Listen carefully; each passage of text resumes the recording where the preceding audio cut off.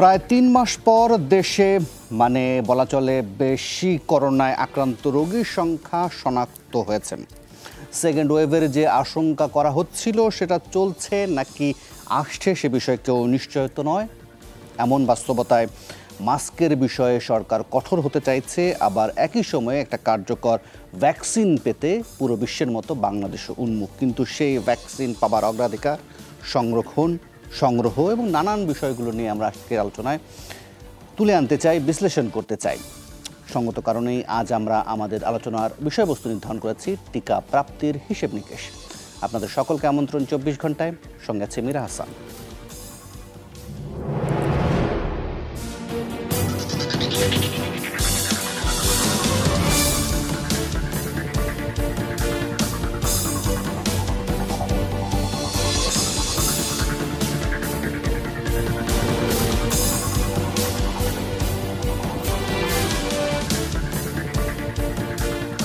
আজ আলোচনার জন্য আমরা একাধিক অতিথিকে আমন্ত্রণ জানিয়েছি অনলাইনে, তাদের সাথে একে একে পরিচয় হয়ে নিতে চাই।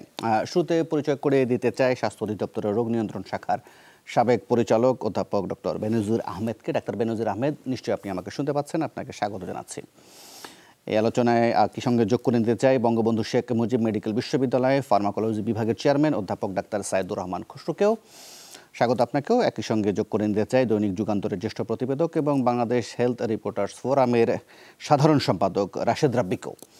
আপনাদের তিনজনকে নিয়ে আলোচনা শুরু করব, তবে শুরুতে টাইটেল ব্রেক আছে এরপরে। ডাক্তার বেনজির আহমেদ, আপনাকে নিয়ে আলোচনাটা শুরু করতে চাই। আপনার বিশ্লেষণটা একটু জানতে চাইবো যে ধরেন একটা কার্যকর টিকা পেতে যে পরিমাণ সময় লাগে, যে পরিমাণ ট্রায়ালের দরকার, সে পরিমাণ কি কোথাও হয়েছে কিনা, কোনটা কেমন কার্যকর, কোনটার স্থায়িত্ব কেমন, সে বিষয়ে আমরা স্পষ্ট কিনা এখন আমরা যে একটা ভ্যাকসিন পেতে বিশ্বব্যাপী যে করোনা ভ্যাকসিনের হাইপে বুঁদ হয়ে আছে, সেই ওয়ার্ল্ড জায়ান্টদের ভ্যাকসিন ইকোনমির ধাঁধার মধ্যে আমরা পড়তে যাচ্ছে কিনা। ডাক্তার বেনজির আহমেদ, আপনি যদি আমাকে শুনতে পান, এই প্রশ্নের উত্তর আপনাকে জানতে চাই। ডাক্তার বেনজিরের সংযোগটা আমরা সম্ভবত হারিয়েছি, তিনি শুধু রংপুর থেকে আমাদের সাথে যোগ দিয়েছিলেন। আমি বরং এই একই প্রশ্ন নিয়ে ডাক্তার সাইদুর রহমান আপনার কাছে যেতে চাই, আপনার বিশ্লেষণ জানতে চাই যে আমরা কি আসলে একটা ভ্যাকসিনের হাইপে বুঁদ হয়ে আছি। আসলে আমরা যাদের কাছে যাচ্ছি, যে সোর্সদের কাছে, যাদের মুখোপেক্ষী হচ্ছে, তারা আসলে কতটুকু আমাদেরকে কার্যকর ভ্যাকসিন দিতে পারছে। ধন্যবাদ আপনাকে এই প্রশ্নের জন্য। এটা বর্তমানে বিশ্বজুড়ে সবচেয়ে জটিল কঠিন প্রশ্ন। পৃথিবীর বিভিন্ন দেশ এই ভ্যাকসিন প্রক্রিয়া করার চেষ্টা করছে তার নাগরিকদের নিরাপত্তার জন্য। বাংলাদেশও তার ব্যতিক্রম না। এই ক্ষেত্রে দুই ধরনের উদ্যোগ পাশাপাশি কাজ করছে। একটি হচ্ছে বিশ্বব্যাপী উদ্যোগ, যেটাকে বলছে বাংলাদেশ বলছে কোভ্যাক্স ফ্যাসিলিটি, যেটা পৃথিবীর দরিদ্র এবং মধ্য আয়ের দেশগুলোর জন্য প্রায় 20% মানুষের জন্য ভ্যাকসিন সংগ্রহের চেষ্টা করছে। এটি একটি আন্তর্জাতিক উদ্যোগ, বিভিন্ন সাহায্য সংস্থা, বিশেষত মেলিন্ডা গেটস এবং ওয়েলকাম ট্রাস্টের সাহায্যে এটা গঠিত। আরেকটি উদ্যোগ হচ্ছে বিভিন্ন রাষ্ট্র নিজে নিজ উদ্যোগ গ্রহণ করছে। লক্ষ্য করা দরকার, ধনী দেশগুলো স্পেসিফিক্যালি আমি মেনশন করতে চাই, যেহেতু এটা ভ্যাকসিন প্রাপ্যতার প্রশ্ন, ইউরোপিয়ান ইউনিয়ন এবং যুক্তরাষ্ট্র, কানাডার মতো দেশগুলো তাদের নাগরিক সংখ্যার চাইতে 4 থেকে 10 গুণ বেশি ভ্যাকসিন ইতোমধ্যে আগাম বুকিং দিয়ে ফেলেছে। অর্থাৎ এরকম একটি বিশ্ব বাস্তবতায় যখন আমাদের সার্বিক বাৎসরিক ভ্যাকসিন উৎপাদনের সামর্থ্য 600 কোটি থেকে 800 কোটি ডোজ মাত্র, সর্বোচ্চ সামর্থ্য, অতএব আগামী 2021 সালে প্রায় যা ভ্যাকসিন উৎপাদিত হবে, আমরা এই মুহূর্তে প্রায় 9টি ভ্যাকসিন উৎপাদনের সম্ভাবনা আছে। এই 9টি ভ্যাকসিনের যে কয়টি সফল হোক না কেন, সাধারণভাবে 30% বেশি সফল হয় না, আমরা ধরে নেই 3 বা 4টা ভ্যাকসিন সফল হবে। এই 4টি সফল ভ্যাকসিনের সবটুকু যদি উৎপাদিত হয়, তারপরও বাংলাদেশ সহ 92টি দেশে ভ্যাকসিন পাওয়ার সম্ভাবনা খুবই অল্প। বাংলাদেশ নিজের অর্থ দিয়ে কেনার চেষ্টা করছে পাশের দেশ ভারত থেকে। অক্সফোর্ডের আবিষ্কৃত ভ্যাকসিনটি 3 কোটি। এই 3 ভ্যাকসিন পাওয়ার ক্ষেত্রেও খেয়াল রাখতে হবে যে ক্ষেত্রে ভারত তার নিজের নাগরিকদের ভ্যাকসিন দেওয়ার পাশাপাশি বাংলাদেশকে ভ্যাকসিন দিবে এবং একসাথে 3 কোটি দিবে না।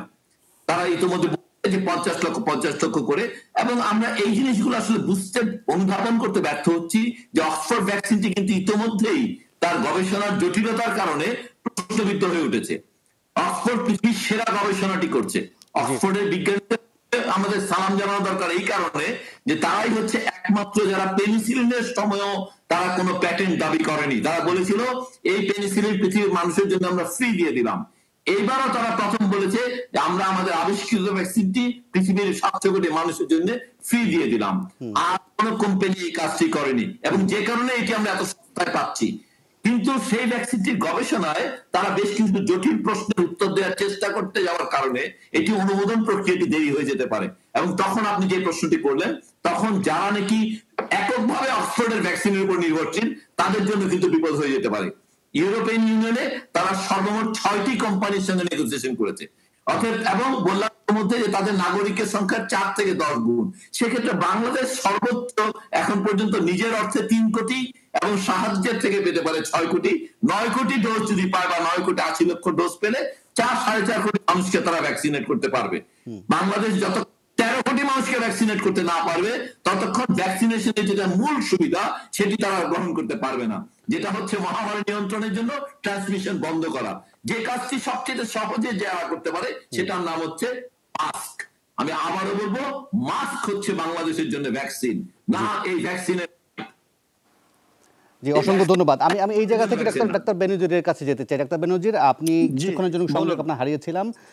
সাইদুর রহমান যেটা বলছিলেন যে মাস্ক এই মুহূর্তে খুব ভীষণ রকম জরুরি, তিনি এটাও বলছিলেন যে এই ভ্যাকসিনের বিষয়ে যেই প্রশ্নগুলো এখন উঠছে সেটা কোনো কোনো কোম্পানি জবাব দিচ্ছে, কোনো কোনো কোম্পানি সেগুলো এড়িয়ে যাচ্ছে। স্বভাবতই আমরা ভ্যাকসিন সম্পর্কে কিছু স্পষ্ট ধারণা পেতে চাই। এটা কতক্ষণের জন্য কার্যকর, কতদিনের জন্য কার্যকর, কোন কোন বয়সীদের জন্য কীরকম কার্যকর, সেই ধরনের প্রশ্নগুলোর পরিষ্কার উত্তর এই কোম্পানিগুলো আমাদেরকে দিচ্ছে কিনা। না, এখনো তো পুরো দিতে পারছে না, কারণ যেটুকু গবেষণা হয়েছে সেইটা কিছুটা বলা যায় খণ্ডিত গবেষণা। অর্থাৎ আমাদের অ্যাডাল্ট যে পপুলেশন মূলত তাদের মধ্যে এখানে প্রশ্নের উত্তর নেই, তার নিচের যে বয়স তাদের এখানে আমাদের জানা নেই যে বেশি বয়স্ক যারা তাদের কতটা এটা কার্যকরী হবে। আমাদের এখনো জানা নেই এটা গর্ভবতী মহিলাদের ব্যবহার করা যাবে কিনা। তো এরকম অনেক কিছু প্রশ্ন আছে যেগুলো এখনো উত্তর হয়নি। পাশাপাশি আরো একটা বিষয় আছে যে কতদিন এটা টেকসই হবে। কারণ হলো যে আপনি জানেন যে সবগুলো ভ্যাকসিনেই খুব দ্রুত তারা গবেষণা করছে, দ্রুত এটা বের করছে। সুতরাং এটাকে যে ভালো করে বোঝা, এর চরিত্র, এর প্রতিরোধ ক্ষমতা আলটিমেটলি কি দাঁড়ায় সেগুলো কিন্তু এখনো আমরা জানি না। অনেক কিছু অনিশ্চয়তা আছে। আমরা আরো একটু অনিশ্চয়তায় ঢুকছি যে আমাদের দেশে কোনো ট্রায়াল হলো না। আমাদের যদি একটু ট্রায়াল হতো এই ভ্যাকসিনগুলো, তাহলে হয়তো বা আমরা আরেকটু ভালো জানতাম যে আমাদের জনগোষ্ঠীতে এটার কার্যকারিতাই বা কিরকম। তার মানেই আসলে আমাদের ভ্যাকসিন নিয়ে অনেক অনিশ্চয়তা আছে। প্রফেসর খসরু যেটা তখন সাইদুর রহমান যেটা ব্যাখ্যা করলেন সেটা আসলেই ঠিক। আজকে বিবিসিতেও একটা বড় করে এর প্রতিবেদন এসেছে যে সারা বিশ্ব হয়তোবা 23 সালের আগে ভ্যাকসিন পাওয়ার মতো যোগ্যতা অর্জন করবে না। এবং আপনি দেখেন যারা ধনী দেশ তারা আসলে যেহেতু একটা ভ্যাকসিনের উপর ভরসা করতে পারছে না, তারা সেজন্য তারা কয়েকটা ভ্যাকসিনে বিনিয়োগ করছে, তারা বুকিং দিচ্ছে যাতে করে এই ভ্যাকসিনটা কার্যকরী না হলে তারা ও ভ্যাকসিনটা নেবে। এই ভ্যাকসিনটা তাপমাত্রা নিয়ন্ত্রণ করা না গেলে বা কোল্ড চেইন মেনটেন করা না গেলে তারা ওই ভ্যাকসিনটা নেবে। এইরকম তারা করছে। কিন্তু আমাদের মতো দেশগুলো যারা অনুন্নত দেশ বা উন্নয়নশীল দেশ, আমাদের রাজনৈতিক ক্ষমতা কম, আমাদের আর্থিক ক্ষমতা কম, আসলে আমাদের মতো দেশগুলোতে আমরা সাফার করব। তবে অধ্যাপক সাইদুর রহমানের সঙ্গে আরেকটু যোগ করতে চাই মাস্কের সাথে। আসলে এখানে দুটো অংশ আছে আমাদের এই করোনা নিয়ন্ত্রণে। একটা হলো আমাদের যে অর্গানাইজেশনাল যে ইনিশিয়েটিভগুলো সেগুলো লাগে, তার মধ্যে আছে ট্রেসিং করা, টেস্টিং করা, আইসোলেশন, কোয়ারেন্টাইন। এটা কিন্তু ব্যক্তির পক্ষে পুরোপুরি সম্ভব না। আবার যেমন ধরেন IPC, institution infection prevention and control practice, এটাও কিন্তু একটা ব্যক্তির পক্ষে সম্ভব না। যেমন ধরেন আমাদের চিকিৎসকরা বা বাসের ড্রাইভার, বাসের হেল্পার, এরা কিন্তু সুপার স্প্রেডার হতে পারে। তাহলে এগুলো জায়গায় আমরা যদি প্রাতিষ্ঠানিক এই সংক্রমণ প্রতিরোধ ও নিয়ন্ত্রণ কার্যক্রমগুলো চর্চাগুলো নিশ্চিত না করি, তাহলে শুধু মাস্ক অবশ্যই জরুরি, আমার এই ব্যাপারে কোনো সন্দেহ নেই। তবে শুধু মাস্ক কিন্তু সেখানে শতভাগ প্রোটেকশন দেবে না, কোনো কোনো ক্ষেত্রে সেই প্রোটেকশনের মাত্রা অনেক নিচে নেমে আসে। এটা প্যাকেজ আকারে সুসমন্বিত যদি ব্যবস্থাপনা নেওয়া যায়, তাহলে এটা কার্যকরভাবে নিয়ন্ত্রণ করা যায়, যেটা বেশ কিছু দেশ করিয়ে দেখিয়েছে। জি, আমি এই জায়গাটা থামাই। আমি সাইদুর রহমানের কাছে জানতে চাইবো, তিনি নানান প্রসঙ্গে নানানভাবে বলার চেষ্টা করছিলেন যে ভ্যাকসিন না পাওয়া পর্যন্ত আসলে মাস্কের উপর অনেক বেশি নির্ভরশীল হতে হবে। যদিও বেনজির আহমেদ এটার সাথে যোগ করছিলেন যে আসলে সেটার উপরেই ভরসা করলে আসলে একেবারে সব যে সুরক্ষাটা মিলবে সেটাও নয়। আমি জানতে চাইবো আপনার কাছে এই বিশ্লেষণটা। তবে তার আগে আমি একটু রাশেদ রাব্বির কাছে জানতে চাইবো যে রাশেদ রাব্বি, আপনি শুনছিলেন যে তারা দুজনেই একমত হচ্ছিলেন যে এত সহজে আসলে ভ্যাকসিনটা মিলবে না, আসলে আমাদের মতো দেশগুলোকে আসলে একটু বড় সময় ধরে অপেক্ষা করতে হবে। কিন্তু আপনি যদি একটু লক্ষ্য করেন, স্বাস্থ্যের বড় বড় কর্মকর্তারা নানান সময় বলছেন যে এই ফেব্রুয়ারিতে আমরা ভ্যাকসিন পেয়ে যাব, এই ভ্যাকসিন যারা উৎপাদন করে দ্রুত তাদের কাছ থেকে ভ্যাকসিন নিব। এই আসলে দাবিগুলোর ভিত্তিটা কি? মানে যেখানে সবাই বিশেষজ্ঞরা বলছেন সময় লেগে যাবে, তারা কোথা থেকে নিয়ে আসবেন আসলে? ধন্যবাদ। এই আজকেও স্বাস্থ্য মন্ত্রণালয়ের একজন ঊর্ধ্বতন ব্যক্তি এই বিষয়টি উল্লেখ করেছেন যে ফেব্রুয়ারিতেই আমরা ভ্যাকসিন পেয়ে যাচ্ছি। কিন্তু এখানে দুইজন বিশেষজ্ঞ যারা আলোচনা করছেন, এবং আমরা যেরকমটি জানি যে সবকিছু ঠিক থাকলে, কথাটা এরকম হবে, যদি সবকিছু ঠিক থাকে তাহলেও এপ্রিল মে মাসের আগে বাংলাদেশে কোনো ধরনের ভ্যাকসিন আসার কোনো সুযোগ নেই। আমি আবারও বলছি, যদি সবকিছু ঠিক থাকে। অতএব আমাদের সরকার সংশ্লিষ্ট কর্তা ব্যক্তিরা যেটি বলছেন, ওনারা কি কারণে বলছেন, হয়তো এটা দেশের মানুষকে বা শান্ত করার জন্য বা বোঝানোর জন্য হতে পারে, কিন্তু এই বক্তব্যের সঙ্গে বিজ্ঞান ভিত্তিক বিশ্লেষণের যে বক্তব্য, তার কিন্তু কোনো মিল পাওয়া যাচ্ছে না, এবং আমরা কোথাও পাচ্ছি না। এই বিষয়টি এখন এতটাই সহজলভ্য হয়ে উঠেছে ইন্টারনেটের কল্যাণে, যে কেউ কিন্তু চাইলেই এটি দেখতে পারেন। বিভিন্ন সাইটে, বিভিন্ন কোম্পানির সাইটে, বিভিন্ন গবেষণা প্রতিষ্ঠানের সাইটে ঢুকে যে ভ্যাকসিনের কোন পর্যায়ে আছে, কোন পর্যায়ে যাচ্ছে, কবে এটি পাওয়া যাবে। অতএব আজকে পাচ্ছি, কালকে পাচ্ছি, এগুলো বলা বাতুলতা ছাড়া আর কিছুই নয়। এই ক্ষেত্রে আমি আরেকটি বিষয় বলতে চাই। দুজন শ্রদ্ধেয় অধ্যাপক এখানে বলেছেন ভ্যাকসিনের বিকল্প হচ্ছে আমাদের জন্য মাস্ক। কিন্তু আপনি যদি খেয়াল করেন যে আমাদের রাস্তাঘাটে যারা আমাদের নিম্ন আয়ের মানুষ, একেবারে তাদের কিন্তু একটি মাস্ক হয়তো তারা ব্যবহার করছেন দীর্ঘদিন ধরে, যারা ব্যবহার করছেন, অনেকেই ইদানিং মাস্ক ব্যবহার করছেন না, এবং অনেকের দৈনন্দিন যে আয় ছিল সেটি কমে যাওয়ার কারণে কিন্তু মাস্কের পিছনে তার বরাদ্দ, এরকম কোনো বরাদ্দ নেই। এবং সে যে মাস্কটি ব্যবহার করছে, ওটি কি আসলে তাকে নিরাপত্তা দিচ্ছে কিনা, নাকি ওই মাস্কের কারণে সে নিজে আক্রান্ত হতে পারে এবং তার সঙ্গে যারা আছে তারাও আক্রান্ত হতে পারে। এই বিষয়টিও চিন্তার বিষয়, এবং এই ক্ষেত্রে সরকার কোনো পদক্ষেপ নিচ্ছে না। বিনামূল্যে মাস্ক বিতরণ করা, বিনামূল্যে ভ্যাকসিন বিতরণের চেয়ে আমি মনে করি যে 1 ডজন 2 ডজন মাস্ক বিতরণ করা অনেক সহজ। আমি এই বিষয়টিও আজকে এই জায়গা থেকে আমি একটু সাইদুর রহমান আপনার কাছে যেতে চাই। দুটি প্রসঙ্গ লক্ষ্য করবেন। একটা তো বেনজির আহমেদ বলছিলেন যে ট্রায়াল হলো না, এখন কি এটা ভূ রাজনৈতিক প্রেক্ষাপটের কারণে আসলে ট্রায়ালের বিষয়টা জটিল হয়ে গেল?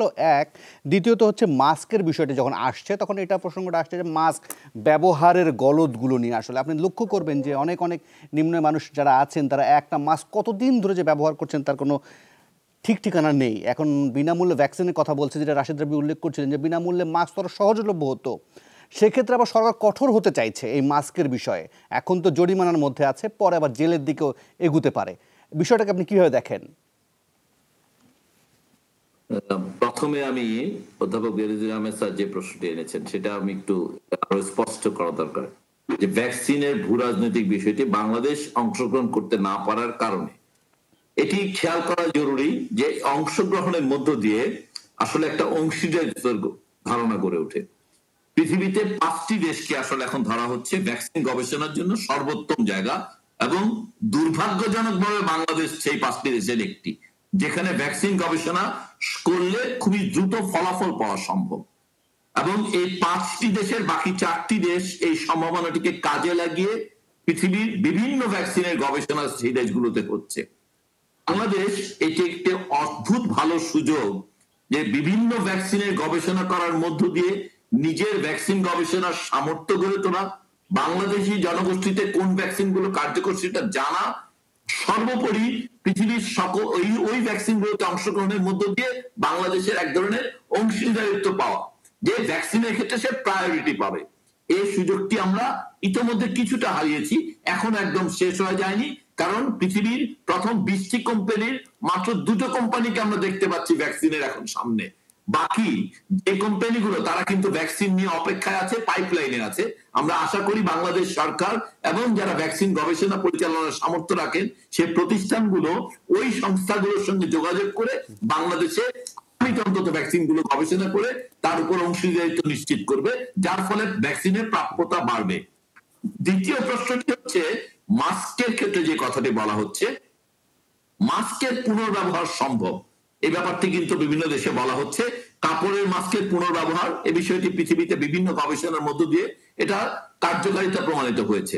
এবং যেটা রাশেদ রাব্বি বললেন যে বাংলাদেশে গরিব মানুষের জন্য ফ্রি মাস্কের কথা জাতীয় পরামর্শ কমিটি সরাসরি সুপারিশ করেছে। অতএব এটা খুবই সত্যি যে প্রায় 10 কোটি মানুষ আছে যারা আসলে এখন এই করোনাকালীন সময়ে তারা আর্থিক অভাবের কারণে তারা ভ্যাকসিন মাস্ক নিতে পারবে না। অতএব প্রায় 10 কোটি মানুষকে মাস্ক সরবরাহ করতে হবে ফ্রি, এবং এটি পুনর্ব্যবহারযোগ্য মাস্ক। অবশ্যই এখানে মনে রাখা প্রয়োজন তাদের জন্য এই সমস্ত যেগুলো মাস্ক হেলথ কেয়ার ওয়ার্কারদের জন্য সে সকল মাস্ক তাদের প্রয়োজন নেই। এবং তার নিরাপত্তার বিষয়ে কিন্তু 3 লেয়ারের কাপড়ের মাস্কের নিরাপত্তা বিজ্ঞানে প্রমাণিত হয়েছে ইতিমধ্যে। কিন্তু অবশ্যই তার সঙ্গে যেগুলো অধ্যাপক ইন্দ্রজিৎ স্যার বললেন যে হ্যাঁ সেগুলো অবশ্যই সত্য যে ইনফেকশন প্রিভেনশন কন্ট্রোলের জন্য স্পেশাল ওয়ার্কিং গ্রুপের জন্য আলাদা মেজার নিতে হবে, কিন্তু সাধারণ পপুলেশনের জন্য কিন্তু মাস্ক কি যথেষ্ট, মাস্ক কি ভ্যাকসিন। জি, এই জায়গায় থামাতে হচ্ছে, আমি একটা বিরতি নেব। বিরতির পর ফিরে এসে ডাক্তার বেনজির আপনার কাছে যেটা জানতে চাইবো আসলে যে ধরেন ভ্যাকসিনের প্রসঙ্গটা নিয়ে তো এক ধরনের বুধ হয়ে আছে পুরো দেশ যে ভ্যাকসিন আসবে, ভ্যাকসিন নেওয়া হবে, কিন্তু বিভিন্ন দেশগুলো যারা উৎপাদন করছে তারা তো আসলে প্রথমেই বলছে যে মাই নেশন ফার্স্ট, তারা তাদের জাতিকে আগেই সবার আগে প্রোভাইড করবেন। এখন বিশ্বব্যাপী যখন ভ্যাকসিন নেওয়ার মানে প্রথাটা বা কার্যক্রমটা চালু হবে তখন আমাদের দেশে একটা বৃহৎ অংশের মানুষ তো সেটা পেতে চাইতে পারেই। তাদেরকে আশ্বস্ত করা যায় কি করে, বা কি প্রকল্প বা কি উদ্যোগটা কৌশলটা নেওয়া যেতে পারে সে বিষয়ে জানতে চাইবো। একই সঙ্গে এটাও জানতে চাইবো যে কেন মাস্ক ব্যবহারে অনেকে এখনো উৎসাহিত হতে চাইছেন না। তার আগে নেব ছোট্ট একটা বিরতি, ফিরবো একটু পর।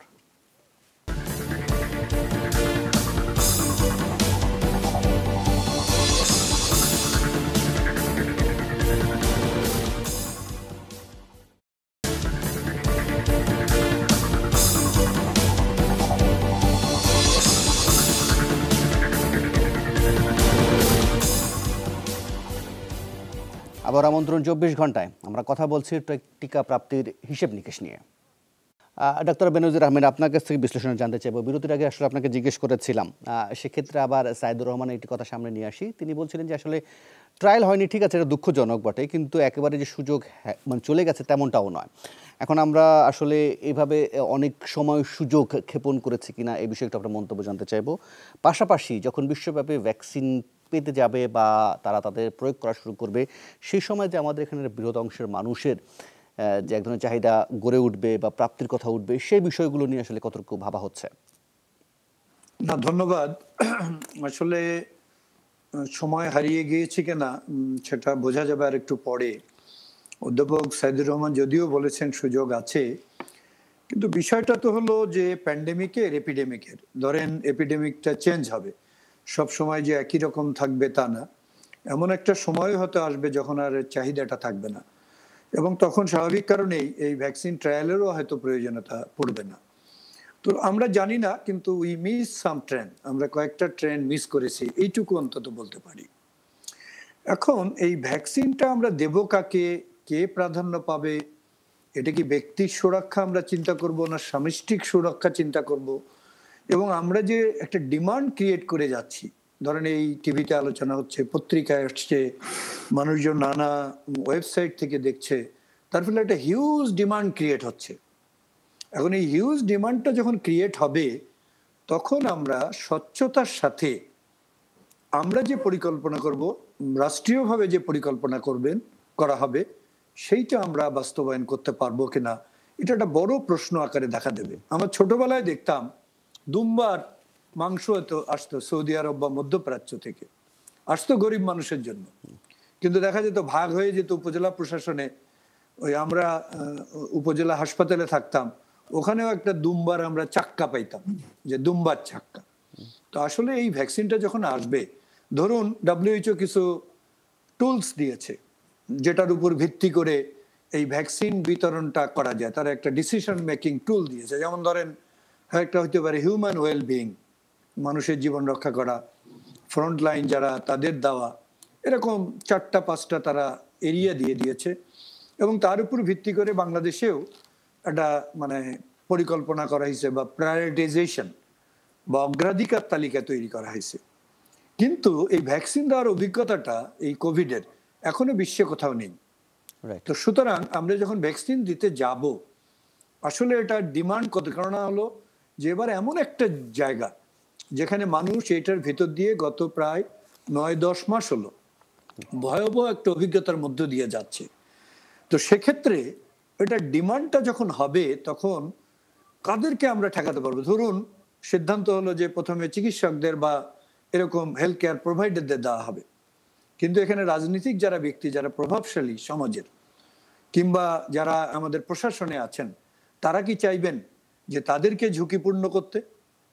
যেরকম যে উন্নত দেশগুলো তাদের জনগণকে সুরক্ষা দেওয়ার জন্য 3, 4, 5, 100, 200 গুণ বেশি ভ্যাকসিন কিনছেন, ঠিক একই কারণে একটা দেশেরও যারা জনসাধারণ যারা শক্তি রাখে, তারাও তাদের প্রোটেকশনের জন্য তারা বেশি ভ্যাকসিন পেতে চাইবে। এই জায়গা থেকে সাইদুর রহমানের বিশ্লেষণটা একটু শুনে নেই। সাইদুর রহমান, আপনি শুনছিলেন বেনজির আহমেদ বলছিলেন যে আসলে প্রয়োগের ক্ষেত্রে, প্রাপ্যতার ক্ষেত্রে স্বচ্ছতা ভীষণ রকমের জরুরি। আমরা যদিও লক্ষ্য করছি যে কারা কারা পাবেন, সেই জায়গা থেকে আমি এটুকু মনে করতে পারি যে ধরেন পরামর্শক কমিটি এবং বিভিন্ন সংস্থা থেকে সরকারকে এটা বলা হচ্ছিল যে যখন ভ্যাকসিন দেওয়া হবে তখন আইন শৃঙ্খলা পরিস্থিতির দিকে একটু সতর্ক রাখা। যে সংখ্যাগুলো কথা বলছিলেন বেনজির আহমেদ, সেটার বিষয়ে আসলে কতটুকু ভাবছি আমরা? এটা খুবই জটিল একটা ব্যাপার। এখানে কিন্তু আসলে খুব ডিফাইন্ড রুল আছে পৃথিবীতে, এবার তৈরি করা হয়েছে, যেটা রেফার করলেন অধ্যাপক বেনজির, একেবারে ক্লিয়ারলি ডিফাইন করা আছে যে কারা কারা আসলে প্রায়োরিটিতে পাবেন। এখন প্রশ্ন হচ্ছে বাংলাদেশ আসলে এই বিষয়গুলোতে, যেটা উনি উল্লেখ করে ফেলেছেন যে বাংলাদেশে কিছু বিশেষ ক্ষমতাশালী গোষ্ঠী আছে যারা আসলে যে কোনো সুযোগ সুবিধার ক্ষেত্রে তারা তাদের এটা প্রাপ্যতা আছে কি নাই সেটা বিবেচনা না করেই সেটা গ্রহণ করার চেষ্টা করে, এবং তখন বিশৃঙ্খলা, যেটা জাতীয় পরামর্শ কমিটি আশঙ্কা করছে, তখন আসলে রাষ্ট্রে একটা বিশৃঙ্খলা সৃষ্টি হতে পারে। অতএব আমরা মনে করি যে বিশ্ব স্বাস্থ্য সংস্থার যে বিশ্ব স্বীকৃত যে কাঠামো, বাংলাদেশ যদি ট্রান্সপারেন্ট ভাবে সেটি ফলো করে, তাহলে কোনো বিশৃঙ্খলা ছাড়াই প্রায়োরিটি গ্রুপকে ভ্যাকসিন দেওয়া যেতে পারে। তবে আমি আবারও বলতে চাই, ক্ষেত্রে স্পষ্ট ভ্যাকসিনকে কেন্দ্র করে এই হাইপ যেন মিডিয়া সৃষ্টি না করে। আসলে বাংলাদেশ ভ্যাকসিন পেতে আরো 1.5-2 বছর সময় লেগে যাবে সাফিসিয়েন্ট নাম্বারের ভ্যাকসিন পেতে। জি, সাইদুর রহমান, আরেকটা বিষয় আমাকে একটু বলবেন যে আসলে পাওয়া এবং দেওয়ার কথাগুলো বলছি, কিন্তু আমাদের এই যে ভ্যাকসিন পাওয়ার পর সেটা সংগ্রহ করা, সংরক্ষণ করা, পরিবহন করা, বিতরণ করা, সেটার কাঠামোর ব্যাপারেও কতটুকু ভাবছি? আপনার আমি শুধুমাত্র বলবো যে নরেন্দ্র সিং মোদী কিছুদিন আগে ভারতের মুখ্যমন্ত্রীদের সঙ্গে বসছিলেন, সেখানে ওনাকে জিজ্ঞেস করা হয়েছিল যে আপনি কতদিনে ভারতের মানুষকে ভ্যাকসিন কবে থেকে দেওয়া শুরু করবেন। তিনি বলেছেন এটা আমি জানি না। বলছেন কয় ডোজ দেওয়া যাবে সেটাও বলেছেন জানি না। সবশেষে বলেছেন, উনি জিজ্ঞেস করেছেন তাহলে এটার জন্য কি প্রস্তুতি আছে আপনার। বলেছে আপনারা যার যার রাজ্যে কোল্ড স্টোরেজ তৈরি করেন। আমি বলতে ইউরোপ জুড়ে স্টেডিয়াম গুলোকে কোল্ড স্টোরেজে কনভার্ট করা হচ্ছে। বায়োএনটেক পৃথিবীর 3টা রেফ্রিজারেটর কোম্পানি কিনে ফেলেছে। মানে আমাদের প্রস্তুতি, যদি আমরা মনে করি শুধুমাত্র 2 থেকে 8 ডিগ্রি সেলসিয়াসে আমাদের ইপিআই প্রোগ্রামের যে কোল্ড চেইন, সেটাকে ব্যবহার করে অ্যাডাল্ট পপুলেশনের জন্য একটা ভালো ভ্যাকসিন আনতে পারবো, সেই ক্ষেত্রে আমরা বাধ্য হব শুধুমাত্র 2 থেকে 8 ডিগ্রিতে সহনীয় ভ্যাকসিন গুলোকে গ্রহণ করতে। আমরা সেই ক্ষেত্রে কার্যকর ভ্যাকসিন গুলো থেকে আমরা বঞ্চিত হতে পারি।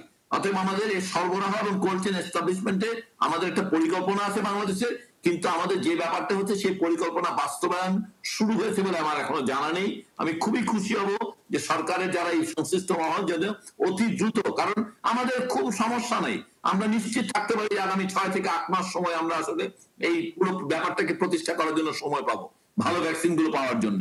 এবং আরেকটা কথা বলে দেওয়া ভালো, প্রথম রেসে যে ভ্যাকসিন গুলো আসবে এর চাইতে ভালো ভ্যাকসিন গুলো রেসের দ্বিতীয় রেসের ইয়েতে আসবে, যেগুলোকে আমি বলতে যাচ্ছি বারবারই, যে দ্বিতীয় মানে হচ্ছে 2021 জুলাই থেকে অনওয়ার্ডস যে ভ্যাকসিন গুলো অনুমোদন পেতে থাকবে সেগুলো তুলনামূলক বেশি নিরাপদ এবং কার্যকর হবে বলে বিজ্ঞানী মহলে ধারণা। অর্থাৎ বাংলাদেশ প্রস্তুতি নিতে পারে এখনো তার যে ডিস্ট্রিবিউশন চ্যানেল, তার কোল্ড চেইন এবং মানুষকে অ্যাডাল্ট পপুলেশন ভ্যাকসিনেটই করি নাই কখনো, শুধুমাত্র বলে হেপাটাইটিস এবং এইচআইভির মতন দু একটা ভ্যাকসিন ছাড়া অধিকাংশ ক্ষেত্রে আমরা কখনোই মা এবং শিশু ছাড়া বাকিদেরকে ভ্যাকসিনেট করার অভিজ্ঞতাই নেই। অথবা আমাদের এটা কাঠামো তৈরি করতে হবে। এবং যে কথাটা বলা হচ্ছে যে শহরের মধ্যে বিভিন্ন ধরনের নাগরিকের যে অ্যাডাল্ট পপুলেশনের যে বিভিন্ন ধরনের রেজিস্ট্যান্স এবং ইগারনেস যে দুটোই থাকবে, এগুলো হ্যান্ডেল করার জন্য একটা এই জায়গা থেকে আমি একটু রাশিদ রাবি তার বিশ্লেষণে জানতে চাইবো। তারা মাঠে কাজ করেন, স্বাস্থ্যসেবার নানান প্রসঙ্গগুলো তারা লক্ষ্য করেন, যেটা সবাই বলে যে আসলে আমাদের সুনাম এবং দক্ষতার জায়গা সেটা হচ্ছে মা ও শিশুকে ভ্যাকসিনেট করার জায়গায়, কিন্তু এখন তো পূর্ণবয়স্ক বিভিন্ন পেশাজীবী শ্রেণীর মানুষকে ভ্যাকসিনেট করতে হবে। সেই জায়গা থেকে মাঠের বাস্তবতা আপনি কেমন দেখেন এটা একটু আমাকে বলবেন। পাশাপাশি এটাও একটু মাস্ক সম্পর্কে আপনারও একটু ধারণা জানতে চাইবো, যে সাধারণ মানুষের সাথে কথা বলেন কেন মাস্ক পরতে এত অনীহা, আর এই যে ভ্রাম্যমাণ আদালত চলছেন সেটার বিষয়ে বা কি ধারণা রাখছে মানুষ, দুটো বিষয় ছোট ছোট করে বলবেন আমাকে। প্রথম যে বিষয়টি আপনি বলেছেন ভ্যাকসিন রাখার বিষয়ে প্রফেসর সাইদুর রহমান বলছিলেন, আমি ওই বিষয়টি বলতে চাই যে এটি নিয়ে আমি ইপিআই এবং ইপিআই কার্যক্রমে একাধিকবার যোগাযোগ করেছি। ওনাদের যেটা জানিয়েছে আমাকে যে ওই 2 থেকে 8 ডিগ্রি তাপমাত্রায় তাদের যে ক্যাপাসিটি আছে তাদের 3 থেকে 3.5 কোটি ভ্যাকসিন তারা রাখতে পারবে এবং সমস্যা হবে না। এছাড়া বিমানবন্দরের কাছাকাছি বিএডিসির একটি কোল্ড স্টোরেজ আছে, যেখানে দেশে আসা অনেক পণ্য যেগুলো কোল্ড স্টোরেজে রাখতে হয় এমন পণ্য রাখা যায় এবং সেখানেও 3 কোটির মতো ভ্যাকসিন রাখা যাবে।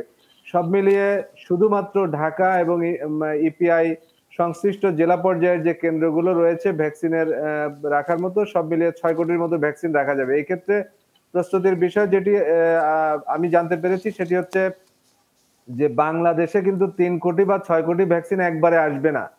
যে চুক্তিটা হয়েছে সেই চুক্তি বলে এবং কোভ্যাক্স ফ্যাসিলিটি থেকে যে ভ্যাকসিনটা পাওয়া যাবে সব মিলিয়ে কিন্তু মাসে 50 লাখ করে ভ্যাকসিন পাওয়া যাবে। অতএব এই তাপমাত্রায় যদি অত্যাধুনিক mRNA প্রযুক্তির যে ভ্যাকসিন যেটিকে -70 ডিগ্রিতে রাখতে হয় ওই প্রযুক্তির কোনো ভ্যাকসিন না আসে, তাহলে ভ্যাকসিন রাখায় কোনো সমস্যা হচ্ছে না বলে মনে করছে স্বাস্থ্য অধিদপ্তর। এটি একটি বিষয়। দ্বিতীয় বিষয় যেটি মাস্কের কথা বলেছেন, মাস্কের বিষয় কিন্তু এটি একটি মনস্তাত্ত্বিক বিষয়। মানুষ আবদ্ধ থাকতে চায় না এবং আপনি শুধু বাংলাদেশে না, দেখবেন যে পৃথিবীর অনেক উন্নত দেশেও মানুষ মাস্ক পরতে চাচ্ছে না, এটি নিয়ে বিদ্রোহ ঘোষণা করেছে বা বিভিন্ন ধরনের প্রতিবাদ দেখানোর চেষ্টা করেছে। এই ক্ষেত্রে আমাদের মনস্তাত্ত্বিক বিষয়কে একটু প্রশান্তি দেওয়ার জন্য বিভিন্ন ধরনের নানামুখী পদক্ষেপ গ্রহণ করা উচিত বলে আমি মনে করি। এর মধ্যে হতে পারে যে কমিউনিটি ইনভলভ করে সংশ্লিষ্ট যারা বিশেষজ্ঞ আছেন তাদেরকে জনমানুষের সঙ্গে সম্পৃক্ত করে বিষয়টাকে আরো ভালোভাবে বোঝানো। আমি মনে করি না যে ম্যাজিস্ট্রেট দিয়ে পুলিশ দিয়ে বাধ্য করে কাউকে মাস্ক পরানো যায়। আরেকটি বিষয় আমি আমাদের যে দুজন বিশেষজ্ঞ আছেন ওনাদের দৃষ্টিতে আনতে চাই। প্রফেসর বেনজির স্যার উনি একটা সময় সিডিসির পরিচালকের দায়িত্বে ছিলেন।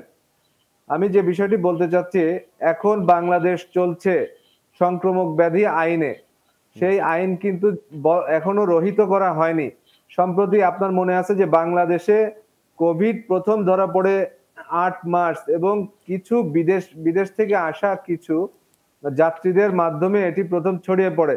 এরপরে বিমান বন্ধ হয়েছিল, আবার বিমান চালু হয়েছে, এখন 50টিরও অধিক ফ্লাইট চলছে। কিন্তু আমাদের বাইরে থেকে যারা আসছে তাদেরকে কিন্তু কোয়ারেন্টাইন করার খুবই সীমিত ব্যবস্থা মাঝখানে সেনাবাহিনী থেকে বলা হয়েছিল যে তাদের আর কোয়ারেন্টাইন করার জায়গা নেই এবং এরা কিন্তু পরীক্ষা করে আসছে না। সিডিসির বর্তমান ডিরেক্টর যিনি আছেন উনি এভিয়েশন দপ্তরে একটি চিঠি দিয়েছিলেন যে পরীক্ষা ছাড়া কেউ আসতে পারবে না, কিন্তু এভিয়েশন দপ্তরের উত্তরটা ছিল এরকম। প্রশ্নের জায়গাটা মনে হচ্ছে আমি ধরতে পেরেছি যে প্রবাসীরা যারা আসছে তাদের কোয়ারেন্টাইনের ব্যাপারে অনেক দুর্বলতা লক্ষ্য করছেন। আমি একটা বিরতি নিয়ে ঠিক আছে, আমি বিরতির পর ফিরে এসে আপনাকে দিব প্রশ্নের হাতটি, আপনি জিজ্ঞেস করেন, জানতে চাইন আমাদের দুই যিনি আলোচক আছেন। নিশ্চয়ই আমি একটা বিরতি নিয়ে আমার একটা বিরতির সময় হয়েছে, ছোট্ট একটা বিরতি, ফিরবো একটু পর।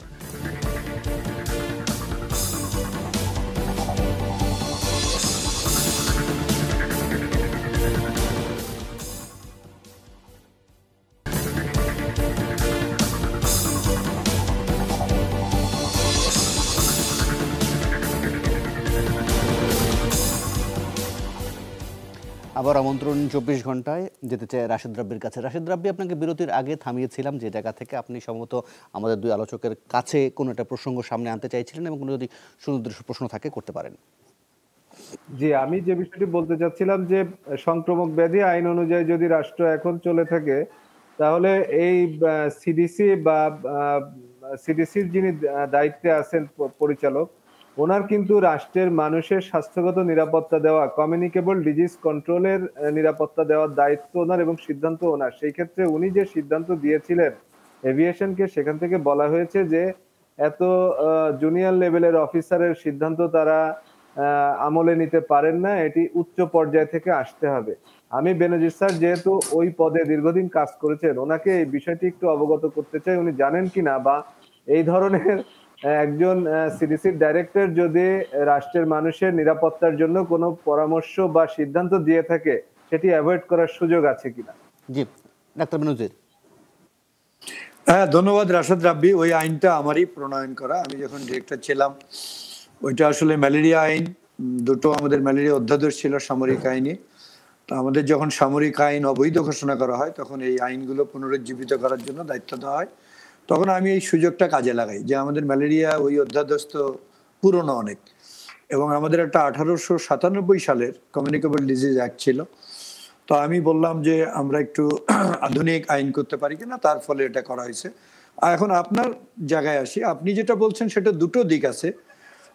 আইনের প্রয়োগ সবখানে যে একইভাবে হয় তা না। এখানে আপনি যেটা বলছেন সেটা হলো একটা কোঅর্ডিনেশনের ব্যাপার, আন্ত মন্ত্রণালয় বা আন্ত বিভাগীয় কোঅর্ডিনেশন, যে উনি ওনাকে পত্র দিয়েছেন এই ব্যাপারটা বাস্তবায়ন করার জন্য। হয়তোবা উনি যেভাবে দিয়েছেন সেটা হয়তোবা ভিন্ন একটা বিষয়।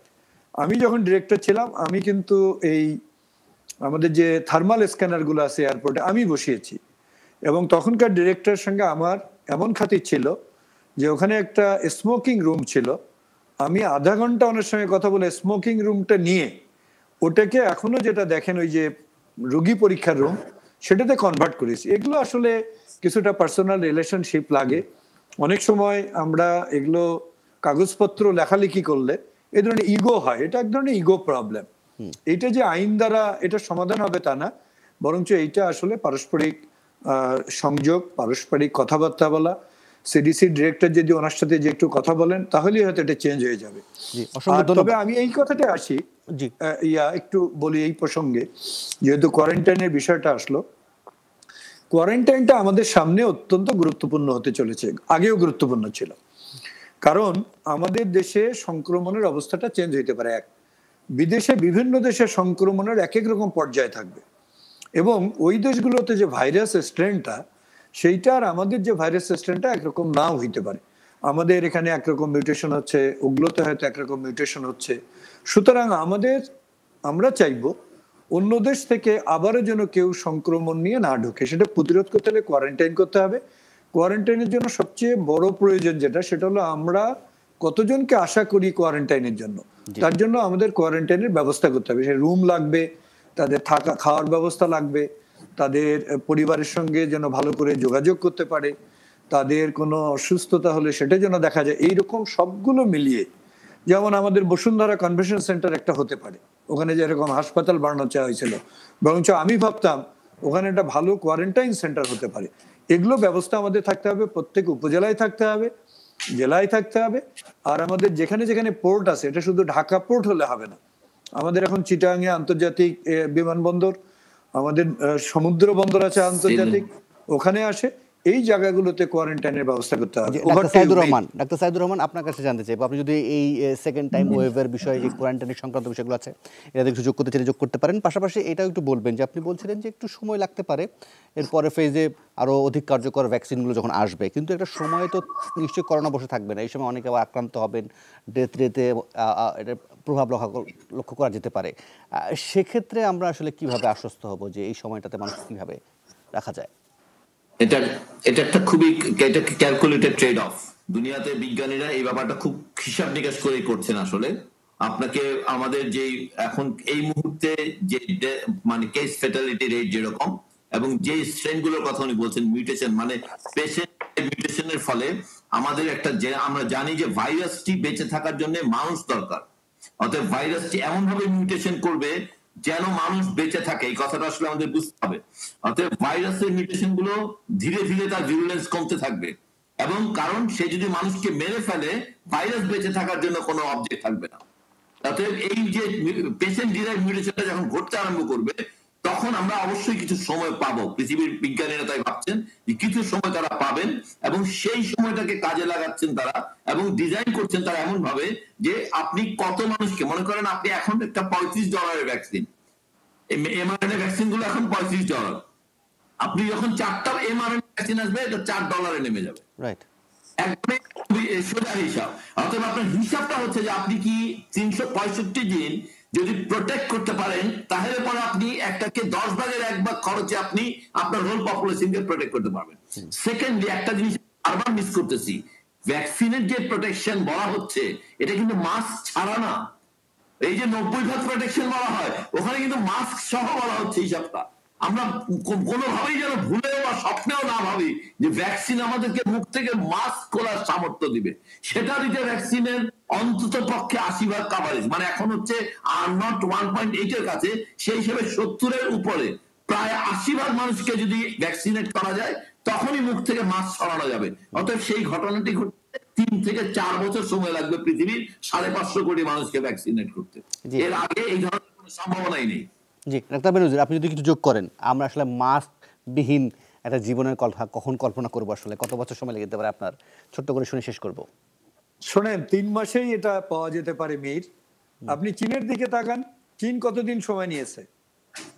শুরু হয়েছে ডিসেম্বরের শেষে, জানুয়ারি ফেব্রুয়ারি মার্চ দে হ্যাভ কন্ট্রোল। আপনি যদি এই আমাদের থাইল্যান্ডের কথা দেখেন, থাইল্যান্ড এখন রিপোর্ট দেয় 5টা করোনা পাওয়া গেছে, all imported, 1 from Germany, 1 from America, 1 from Hong Kong, like that. এটা অসম্ভব না। আমি বলতে চাই, যেটা রাশেদ রাব্বি বলছিলেন, আমি তার সঙ্গে কিছুটা একমত। আসলেও মাস্ক পরা কঠিন, আমার নিজেরই কঠিন লাগে। অনেকক্ষণ মাস্ক পরা থাকলে আমার মনে হয় যে আমার সমস্যা হচ্ছে। আমাদের উচিত যে অতি দ্রুত আমাদের এই সংক্রমণটা এমন পর্যায়ে আনা, এটা 0 হতে পারে, এটা 5টা 10টা হতে পারে, এটা বাংলাদেশের যে কোনো একটা জায়গায় একটু সংক্রমণ হতে পারে। লেট আস ডিক্লেয়ার যে বাংলাদেশের এই জায়গাগুলো সংক্রমণ নেই, সেখানে মানুষ মূলত সাধারণ জীবনযাপন করতে পারবেন, সাধারণভাবে চলতে পারবেন। আমরা ওই অবস্থায় দ্রুত যাওয়া উচিত। মীর, অবশ্যই অবশ্যই, অসংখ্য ধন্যবাদ ডাক্তার বেনজির আহমেদ, ডাক্তার সাইদুর রহমান এবং রাশেদ রাব্বি, আপনাদের 3 জনের মূল্যবান সময় এবং মন্তব্যের জন্য। আর এই ছিল আজকে 24 ঘন্টায়। কাল আবারও দেখা হবে। ভালো থাকুন, সুস্থ থাকুন, শুভরাত্রি।